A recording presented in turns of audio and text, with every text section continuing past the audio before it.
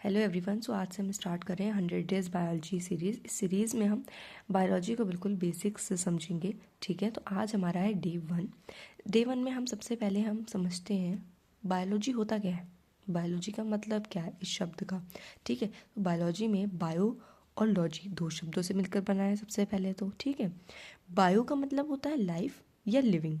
ठीक है, और लॉजी का मतलब होता है स्टडी। ठीक है, तो स्टडी ऑफ लाइफ को ही हम बायोलॉजी कहते हैं, स्टडी ऑफ लाइफ को।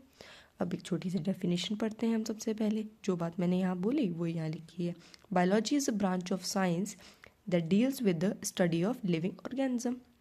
लिविंग ऑर्गेनिज्म तो मैंने बोल दिया, पर लिविंग का मतलब पता है आपको? अगर नहीं पता तो हम सबसे पहले लिविंग का मतलब देखते हैं। लिविंग का मतलब क्या है? अब इसके कुछ कैरेक्टरिस्टिक्स होते हैं लिविंग ऑर्गेनिज्म के। ठीक है, जैसे कि वो ग्रोथ कर सकता है, ग्रोथ होगी उसमें, साइज़ में बड़ा हो जाएगा, वो वेट बढ़ेगा। ठीक है, जैसे इंसान है, हम लोग पहले छोटे से पैदा होते हैं, फिर धीरे धीरे धीरे बड़े होते हैं। प्लांट है, छोटा सा पहले होता है, फिर वो भी साइज़ में बड़ा होता है, वेट बढ़ता है, उसकी चौड़ाई बढ़ती है। ठीक है, तो ग्रोथ होती है। न्यूट्रिशन है, अब हम लोग जिंदा कैसे हैं? हम लोग खाना खा रहे हैं ना, जिससे हमें एनर्जी मिल रही है, जिससे हम जिंदा है, तो न्यूट्रिशन भी बहुत ज़रूरी है। रेस्पिरेशन बहुत ज़रूरी है। उसके बाद मेटाबॉलिज्म, डाइजेशन है, हमारे शरीर के अंदर जो जो केमिकल रिएक्शंस हो रही हैं वो नहीं होंगी तो भी हम कैसे ज़िंदा रहेंगे? उनपे भी डाइजेशन, रेस्पिरेशन प्रोसेसेस होते हैं हमारे अंदर। ठीक है, रिप्रोडक्शन होता है, अपनी स्पीशीज़ को कंटिन्यू रखने के लिए सेक्सुअल एसेक्सुअल रिप्रोडक्शंस करते हैं। ठीक है, उसके बाद आता है हमारा एक्सक्रीशन। एक्सक्रीट करते हैं, जो हमें वेस्ट मटेरियल होता है उसको हम एक्सक्रीट कर देते हैं यूरिन के द्वारा, या स्वेट निकलता है हमारी बॉडी से उसके द्वारा। ठीक है, उसके बाद आता है हमारा response to stimuli, light heat, जैसे हमें सर्दी गर्मी सब महसूस होती है। ठीक है, कोई चीज़ गर्म है, हम छू रहे हैं तो एकदम हाथ हटा रहे हैं, रिस्पॉन्स भी करते हैं उसके लिए।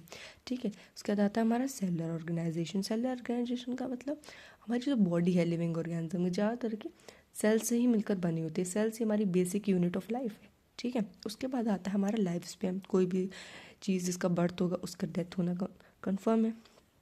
ठीक है, तो ये सारे कैरेक्टरिस्टिक्स होते हैं अगर किसी चीज़ के अंदर, तो वो चीज़ को हम लिविंग कह देते हैं। ठीक है, इसी तरीके नॉन लिविंग होता है। अगर ये सारे कैरेक्टरिस्टिक्स नहीं है ऑर्गेनिज्म के अंदर या किसी भी चीज़ के अंदर, तो वो चीज़ हो जाएगी नॉन लिविंग। ठीक है, that do not show these characteristics, उसको ही हम नॉन लिविंग कह देंगे। ठीक है, तो आपने समझ लिया बायोलॉजी क्या होता है।